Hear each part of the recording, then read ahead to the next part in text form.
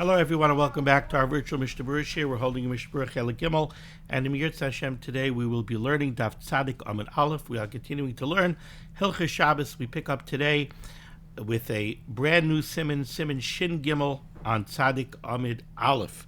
Our learning should be a schus for Achenu Kol Beis Yisrael, Hanisunim Batzara Bashivya, Ha'imdim Bein Bayamu Bein Bayabasha, Hamakim Yerachem Aleihem V'Yitzim Yitzar L'Rvacha Me'afel L'Oira. Our learning should be a schus refuah shalema for Moshe Meir ben Esther Fradel, Tzvi ben Leah Miriam, Chava Dasa bas Rezel Serel, Dvar bas Shoshabina, Rivka bas Shira Leah, and Yitzchak ben Tzion ben Dusha. They should have a refuah shalema b'sarch shar chayli Yisrael. Our learning should also be a schus.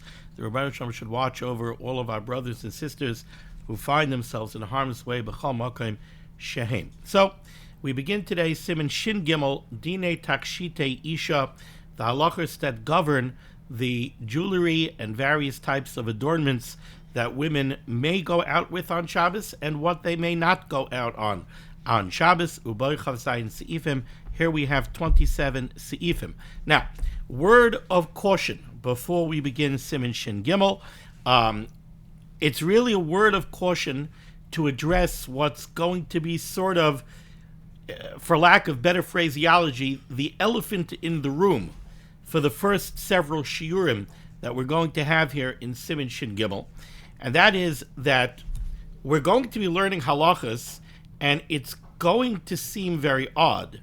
We're going to learn about a lot of things that a woman is not allowed to wear when she goes out, certainly into Rishos HaRabim, maybe even into a chutzner where there's an Erev on Shabbos, and yet halacha l'maisa, we see that nowadays women do wear these items. So there's going to be a little bit of a disconnect between what we seem to be learning on the page and what seems to be the practical halacha, or at least the minig nowadays. And my word of caution to you is, don't worry, we're going to address it. But we're not going to address it yet. It's going to take some time to develop, and it's going to take some time until we get actually to the answers to that question. First, we have to work our way through what we see on the page. So, Siman Shin Gimel Sif Aleph says the Mechaber. Lo yiseitze isha b'chutei tzemer. A woman cannot go out with threads, literally chutim are threads, woolen threads or woolen yarn. V'lo b'chutei pishton, not with linen threads, v'loy b'ritzuos, nor with different types of straps or ribbons, shebaroisha, that is tied or wound around the hair on her head. Why? What's the problem with this? Mipnei shetzricham lahasiram b'shas tvila. Because these are items that if a woman was going to the mikveh for a tvila shel mitzvah, she would have to remove these various threads, ribbons, straps, because they would be considered a chatzitza for the purposes of tefillah. So here we have a situation where it could be Shabbos, could be Friday night, and a woman is going for a tefillah shel mitzvah, and she's going to have to take these accessories off of her hair. Now that she takes them off of her hair, chayshinon, we are concerned, shema toilichem arba amos b'rishos harabim. Now we're concerned, once she removed them, now we're afraid that she won't put them back on, and instead she'll walk out to Rishos HaRabim holding these items in her hand. That's what seems to be, that's what the Mechaber says is the concern over here. So the first thing that we have to understand, and I think there's a Dirshu footnote that actually writes this. If you take a look at Dirshu footnote number 1, they wrote here in the footnote, you have to realize, Umidin Torah, right? We're always breaking down. Whenever we look at one of these items that come up for discussion, are you allowed to wear it? Are you not allowed to wear it? Well, we have to apply the rules that we've learned so far.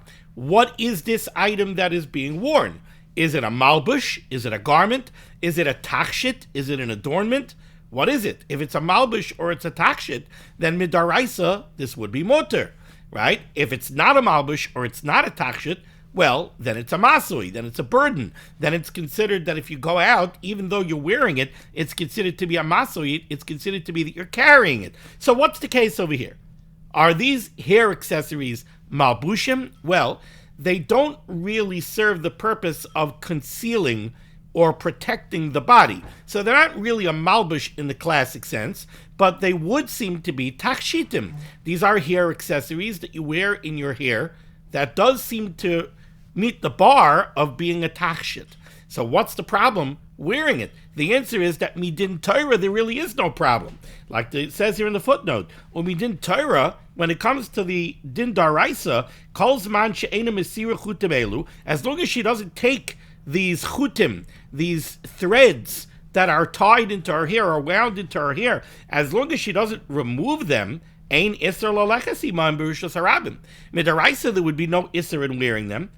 Ubetamadavar, and as far as why there would be no iser, well, kasa b'bir halacha le'el siman shin aleph siv zayin divra maskal koil. We learnt these rules all the way at the outset of siman shin aleph. We learnt shekol shu derech malbish oitachshit. If something is being worn as a malbush, or it's being worn as a takshit, mutter minat Torah lotzei simoy l'rishos harabim. It's permissible to go out with such items to rishos harabim. So really, these chutei tzemer, these chutei pishton, these ritzuos, really midaraisa, this is mutter. So why is it loy seitze? Why can't you go out? Because of a din derabanan. And this din derabanan is mentioned over there in Siv Zayin of Siman Shin Aleph. The Bir Halacha spoke about this. We learned this Bir Halacha. I read it to you inside.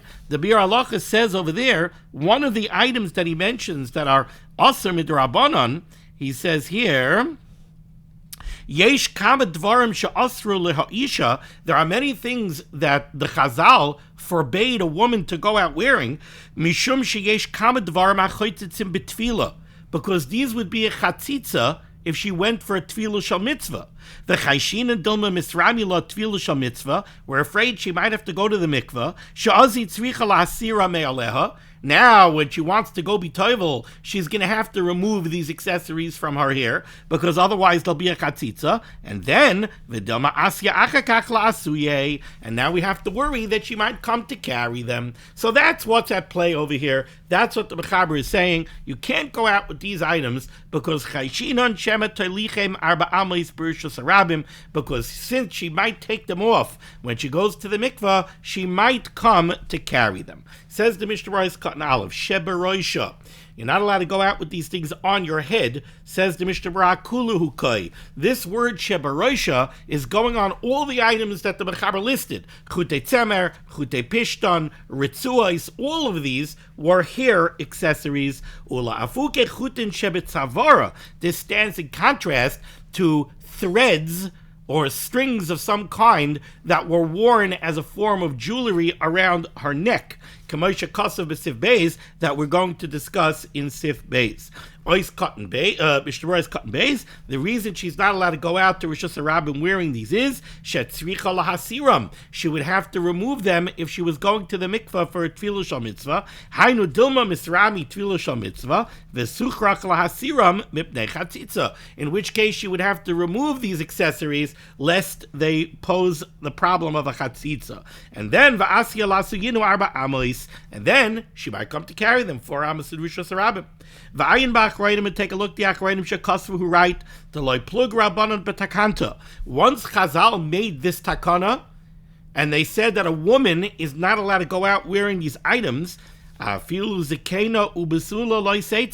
even an older woman who's no longer going to the mikvah, or a young girl who's not going to the mikvah, is still not allowed to go out wearing these things. In other words, once the Chachamim made the takana, and they said you're not allowed, a woman's not allowed to go out to Rishos Harabim with chutei tzemer, chutei pishton, and ritzui sheberoisha. Once they made that takana, it became a blanket takana that applies to all women, irrespective of whether they're going to the mikvah or not. Now, the truth is that Rav Moshe makes a very fascinating and very typical type of observation.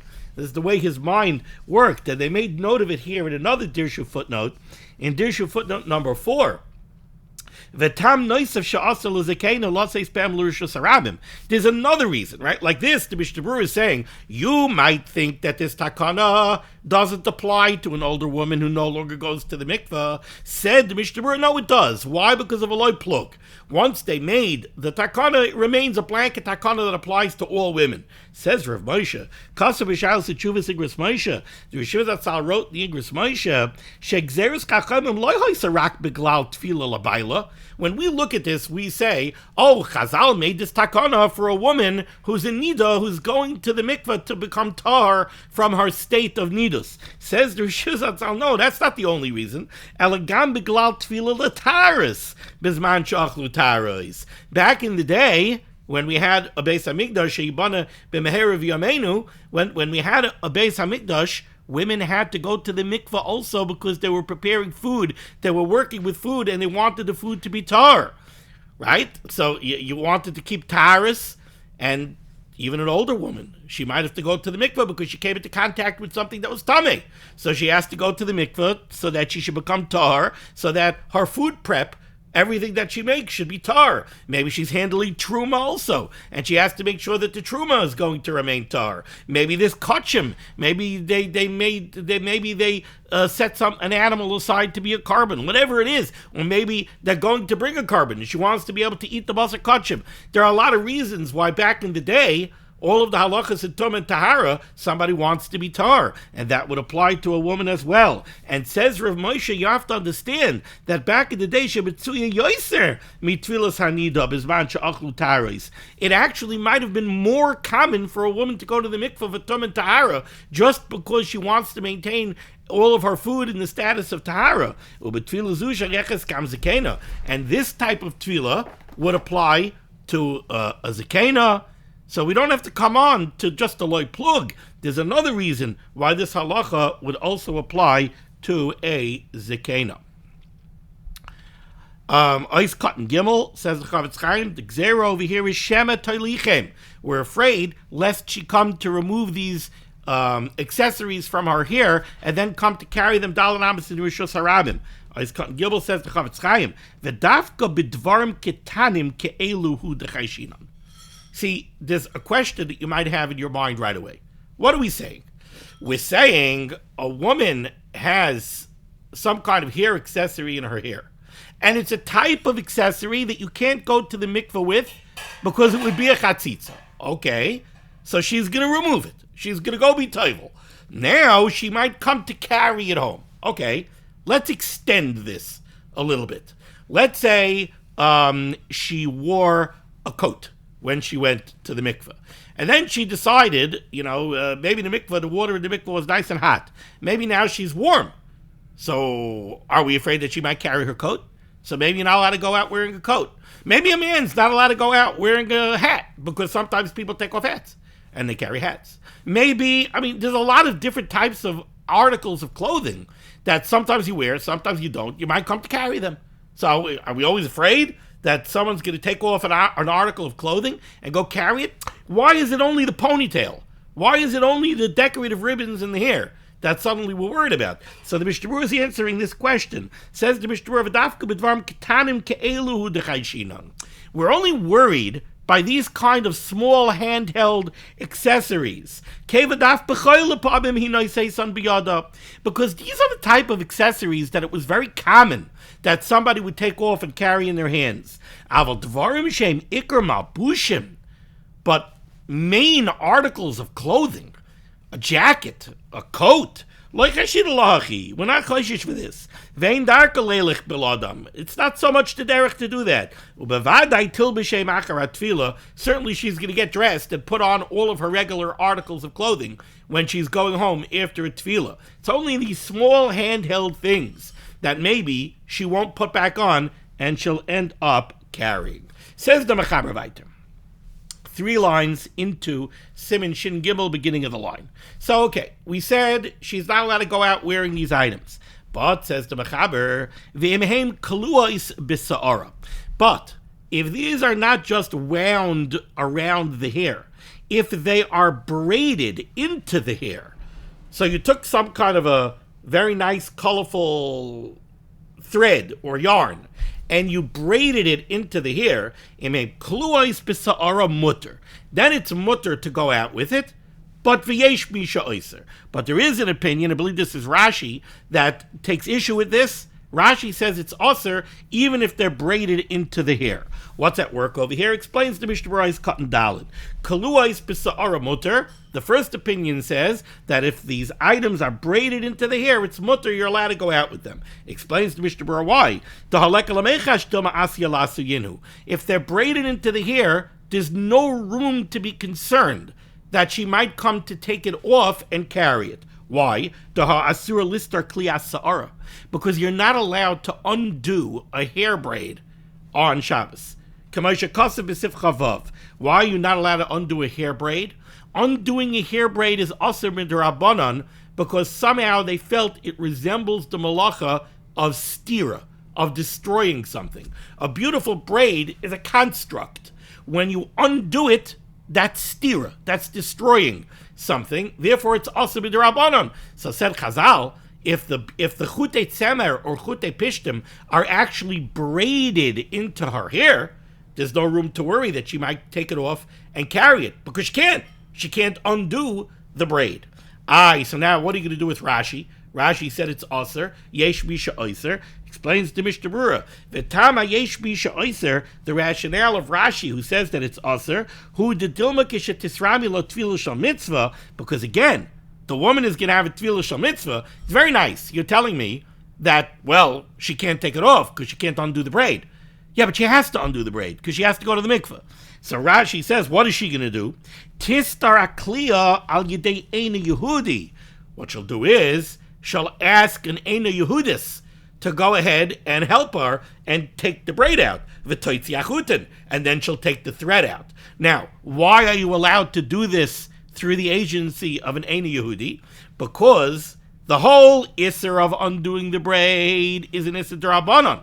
So that's one d'Rabbanan.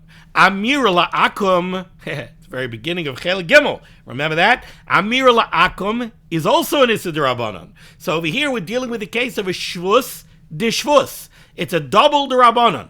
Taking apart the braid itself is only an isser d'Rabbanan, and now I'm doing it through the agency of an eina Yehudi. That's a second level. So it's a d'Rabbanan on a d'Rabbanan. A shvus d'shvus, we're going to learn, we paskin is mutter l'tzarech mitzvah. The tefillah is a tefillah shal mitzvah. So it's a shvus d'shvus b'makam mitzvah, that would be mutter. Now, once she successfully has had her hair braid taken apart by an eina Yehudi or an eina Yehudis, asya akakach lasu yinhu, now she might come to taka carry them. There are other explanations that are given for Shitas Rashi, and we can find those in the Bach and the Rabbi Agra. Here again, Rav Moshe has a very interesting question. And again, it made it into the Dirshu footnote. This is Dirshu footnote number 7. Ve'heir b'shal s'tshuva sigras Moshe. Rav Moshe in the Igros had a very interesting horror. He says this is very fascinating. What are you telling me? You're telling me if the chutei tzemer, chutei pishtin, or the ribbons are woven into the hair, so one shita says it's mutter because you can't take apart the braid. Rashi says it's aser. Why? Because even though she can't take apart the braid, she'll ask an eina Yehudi to take apart the braid. Okay, so that means that she knows it's Shabbos. That means that she's very cognizant of the fact that it is Shabbos, and therefore she can't take apart her braid. So she's going to ask an eina Yehudis to take apart the braid.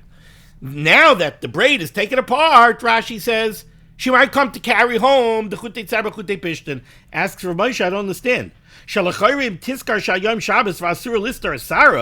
you're telling me that she was cognizant of the fact that it's Shabbos that she's not allowed to take apart her braid, and that's why she's asking an eina Yehudis to take out her braid. So why are you now afraid that she's going to come to carry the ribbon or the threads in Rosh Hashanah?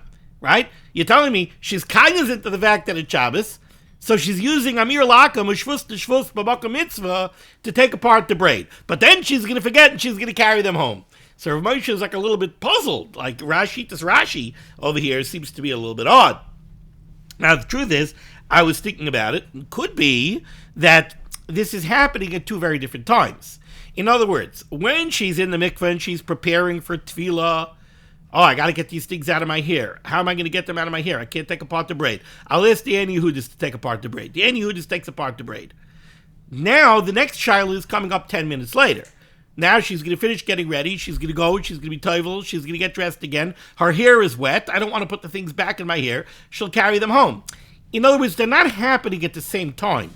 Once these two events are not taking place at the exact same time, it's easier to understand why over here you are being chayshish, over there you're not being chayshish. But in any case, I don't believe the Rishiva gives that answer, so the Rishiva seems to have this as an open question. Okay, let's go further here in the Mechaber, 3 lines into Sif Aleph, middle of the line. Says the Mechaber, another level. V'imhei maisei ariga. Let's say you have some kind of a fabric hair accessory, and it is woven. So until now we were talking about chute tzemer, chute pishtan. A chut is a thread or a string, and it was tied around the hair. We also had a ritzua. A ritzua is a ribbon, or literally, a ritzua is a strap. Okay? Now, says the Mechaber, how about v'imhei maisei ariga?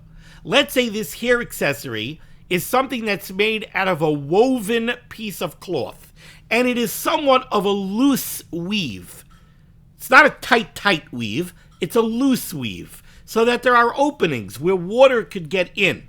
Says the Mechaber, v'imhei maisei ariga, if this hair accessory is made out of something that is woven, mutter, then it's mutter to go out wearing this accessory. Why? Because she's not going to have to take it off b'shas tefillah, because the water is going to get in, so it's not a chatzitza. Says the Mishnah Berurah is cut. Hey, maisei ariga. Tahani loy mahatki shaper v'loy chaitzi. These they're not tight, and therefore they don't form a chatzitza, and the water can get through. V'ayin yeridei siman kuf tzad ches, the sasam shamassiv gimel, the dafka k'shemaisei ariga hayu chalulim.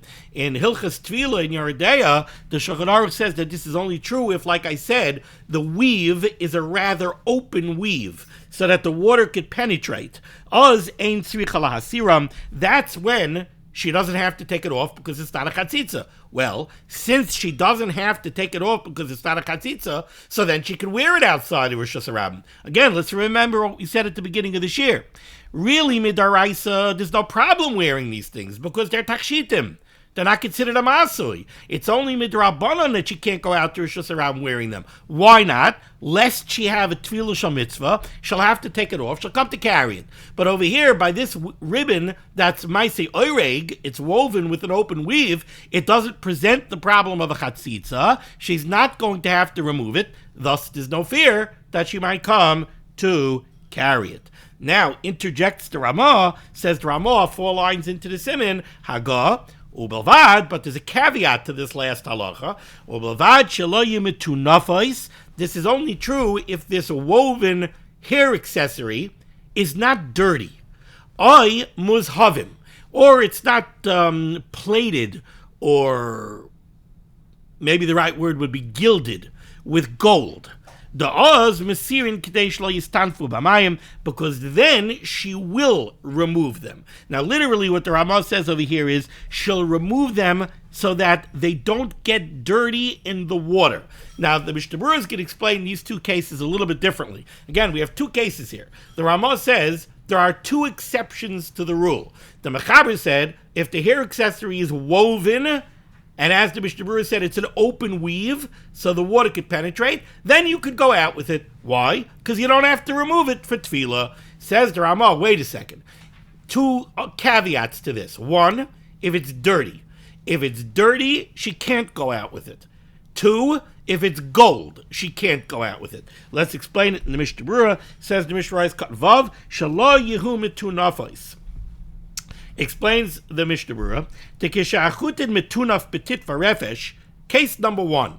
If this woven hair accessory has dirt on it, it has tit, mud, refesh, dirt, so then hamayim mimachim es hatit, then if she would go into the mikveh while she wears this woven hair accessory that is muddy and dirty, what will happen is the water will loosen up the dirt, umelachlech bisaran ba'aliyasan min hatfila, and then the dirt is going to get onto her body.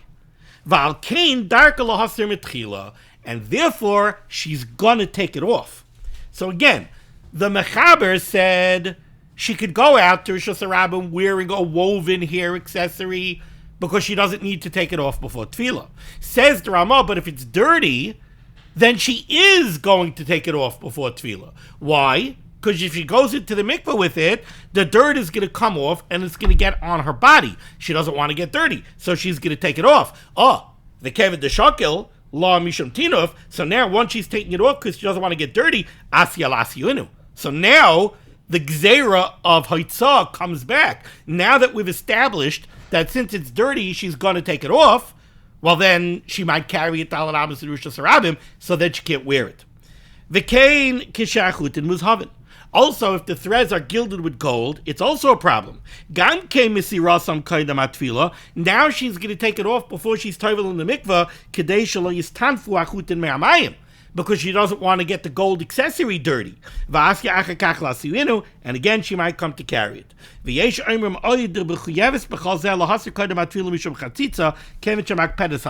Mishnah Berurah throws out another problem.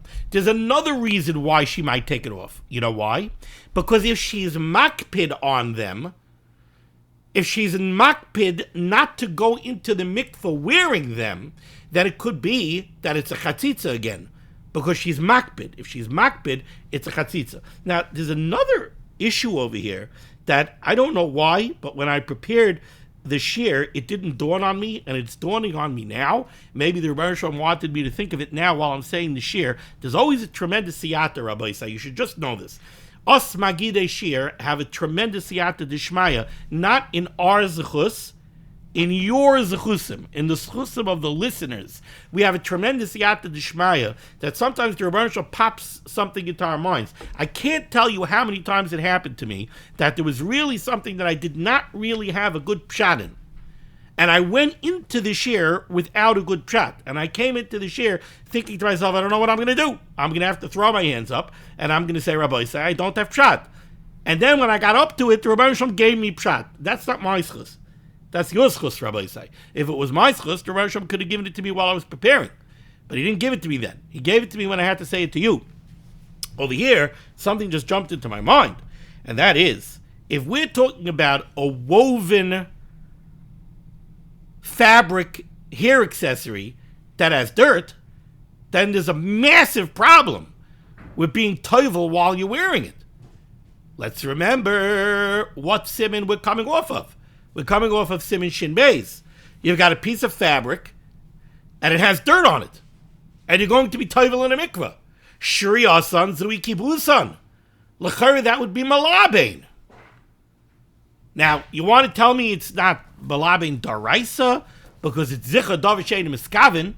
It is a psik reisha, right? But the rabbanon l'chari, it's zicha aser.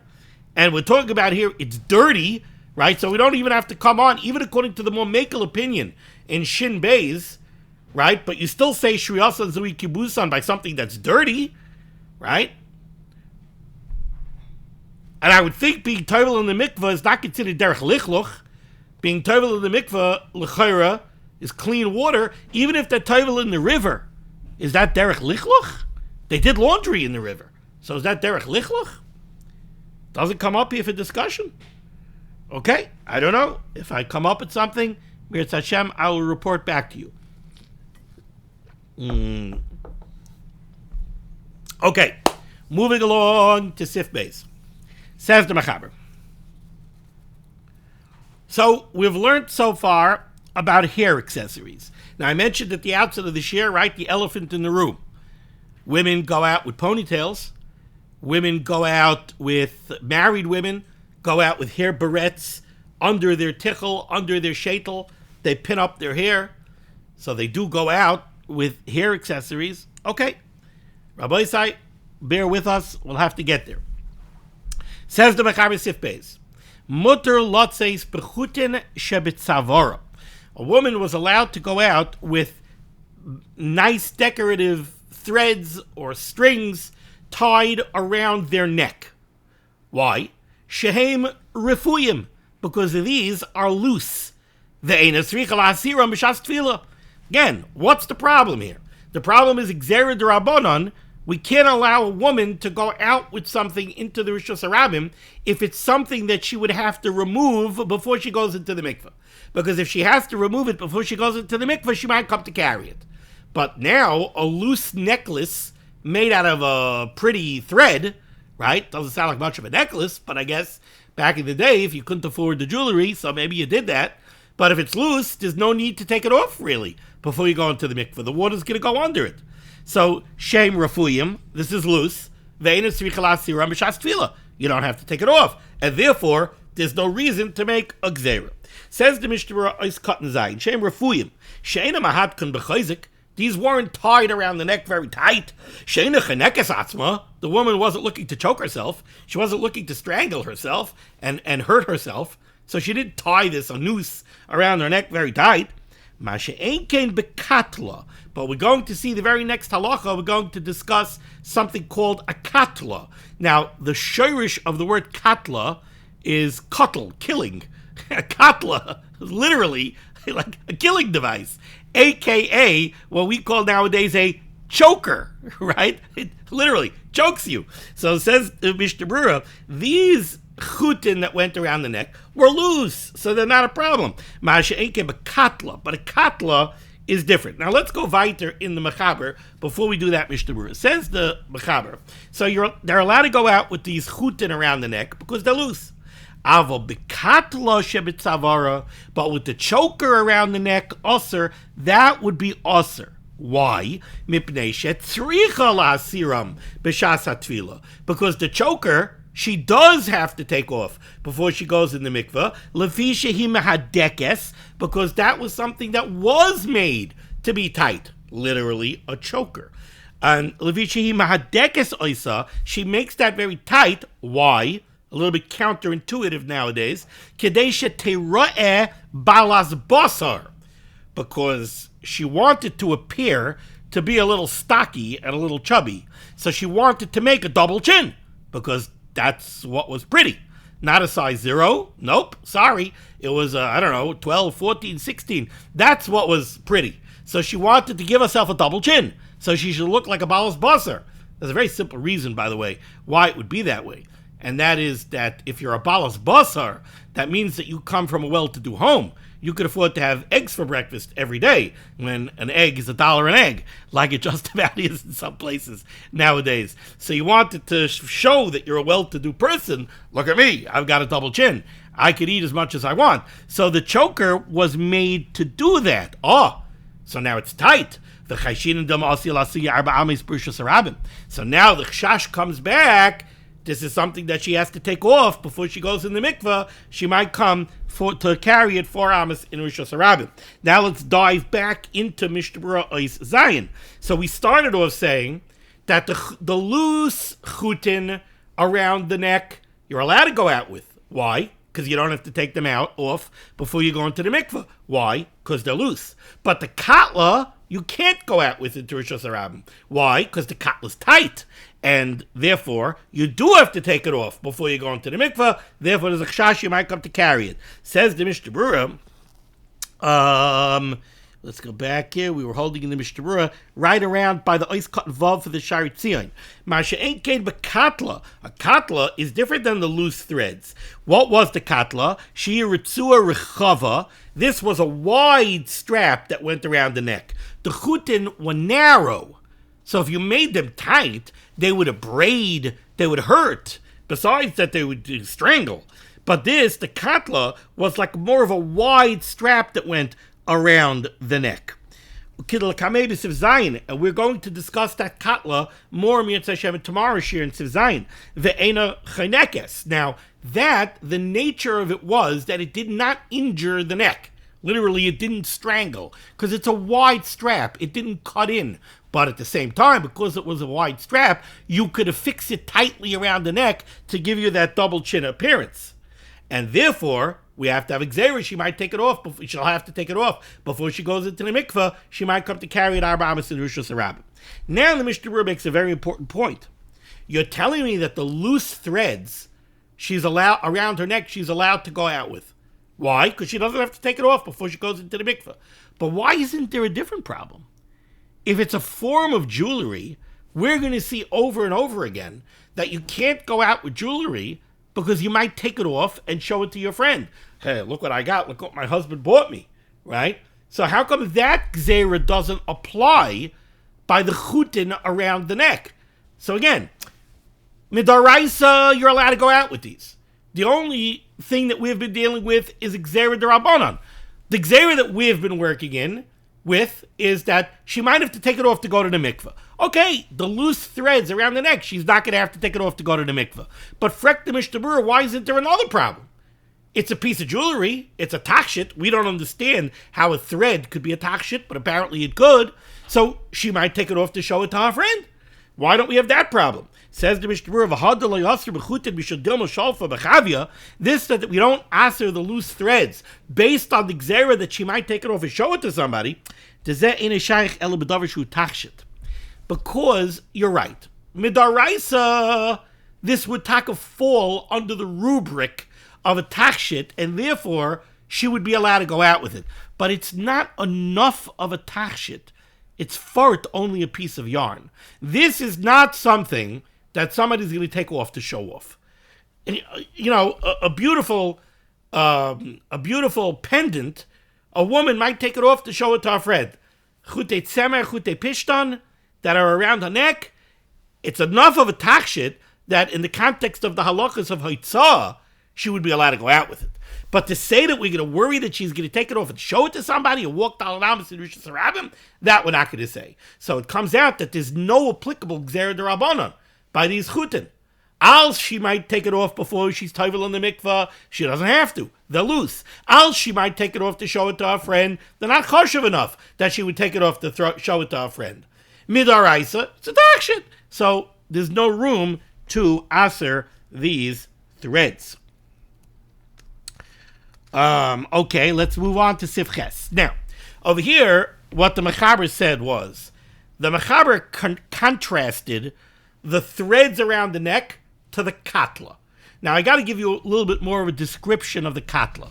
What we're going to learn in tomorrow's share is that this katla was kind of, I don't know how to describe it other than a decorative bib. There's a word that the women have. Okay, I'm thinking of a dicky. A dicky is what they wear, like to fill in, right? For tznius purposes, you have an outfit that has an open neck. So they make a dicky. What's a dicky, right? You wear it, somehow it's affixed around the neck, and it tucks in over here under the open neckline to cover and to provide for tznius purposes. So they had some kind of a decorative dicky or a decorative bib, if you will, that had it had loops at the top. Where it goes around the neck, it had loops, and it had like a belt almost that went around the neck, but it was wide. It was a wide strap, and it served kind of a dual purpose. It was decorative up on her, I guess, collar area.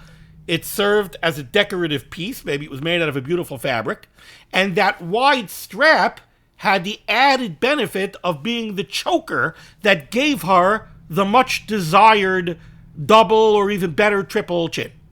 So that's what this katla was. The Mechaber says over here that the katla is a problem.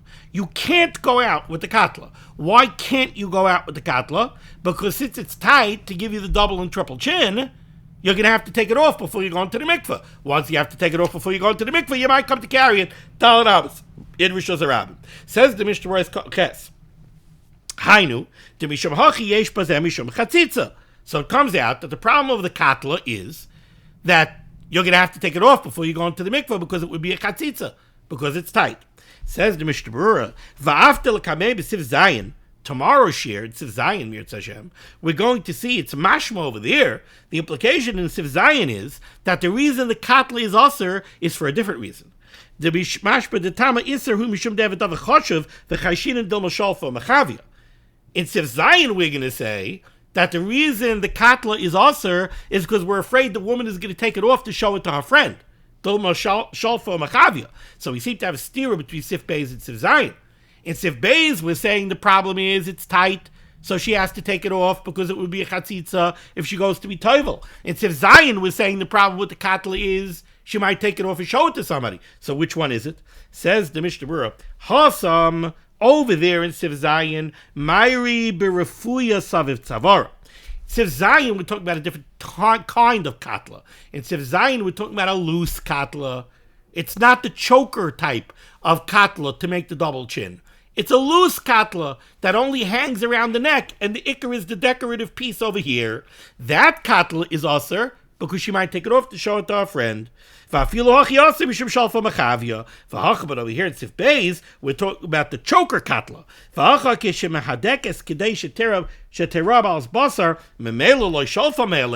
Over here, we're not concerned that she might take it off. Why?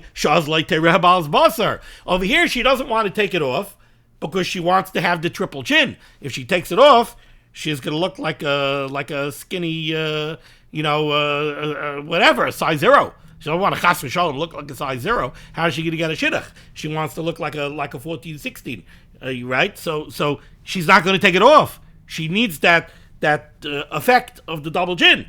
So afilu haki asura, but here in Sif Beis it's aser mishum detzricha la'asira mishum chatzitza. So again, two different kinds of katlas. Sif Beis' katla is the choker that gives the double chin. Over there, we're not going to apply the gzera that she might take it off and show it to somebody because she doesn't want to take it off. She wants the double chin.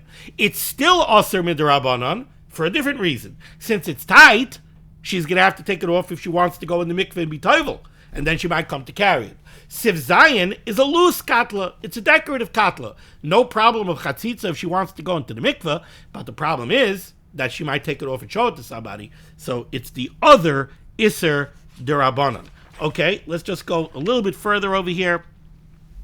2 lines off the bottom says the Mechaber, V'loi teitze b'toitefes. A woman is not allowed to go out with an adornment known as a toitefes. What's a toitefes? Explains the Mechaber v'hu kimin tzitz. This was like the tzitz of the Kohen Gadol. It was like a plate that was worn by the forehead. V'hu kimin tzitz u'magia me'oizen la'oizen. It goes from ear to ear. I don't think it literally means that it goes down to the ear, but from the area of the ear. It goes across the forehead. You can't go out with the toitefes. She also can't go out with sharbitin. What are sharbitin? Vugam kain tzitz. This is also kind of a plate.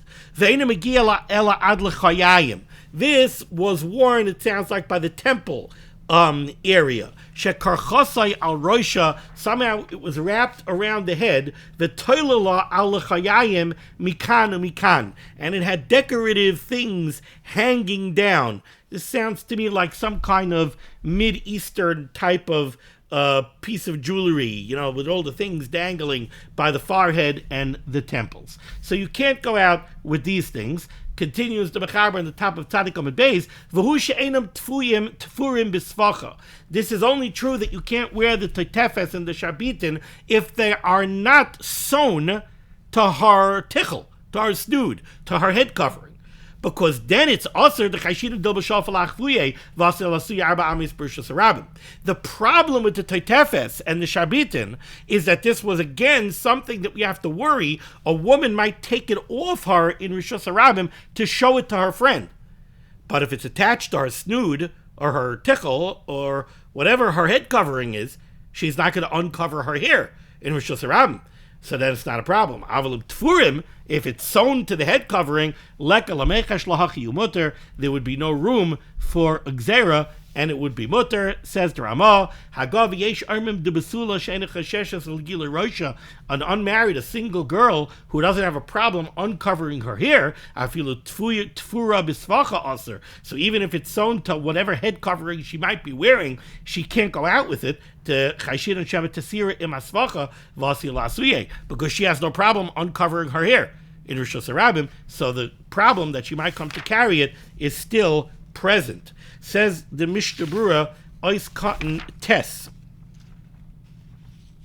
Says the Mishnah Berurah, Cotton Tess on Tzadik Amud Beis, the Chayshinan, the Mine Takshidhain. So this toitefes The Sharbitin, over here, we have the Gzeira. She can't go out with it, Rishus Harabim. She might take it off and show it to her friend. The Gzeira that we're going to keep on discussing over and over and over again, that applies to all jewelry. Again, elephant in the room, we'll have to discuss it later on. But if it's sewn to a married woman's head covering, we have no room for a concern because she can't uncover her hair. In Rishus Harabim, she's not going to uncover her hair. In Rishus Harabim, so that she doesn't end up going with her hair uncovered. Okay, we'll continue next time with Sif Gimel. Thank you so much for joining me for limud HaTorah. The schluss of limud HaTorah should be making against Klal Yisrael or Rosh Hashanah should send Yeshua through Parnasset Sheduchim to all in need. We should be zeichen to see the Bias called Tzedek B'Meher V'Yameinu. Amen. Be well.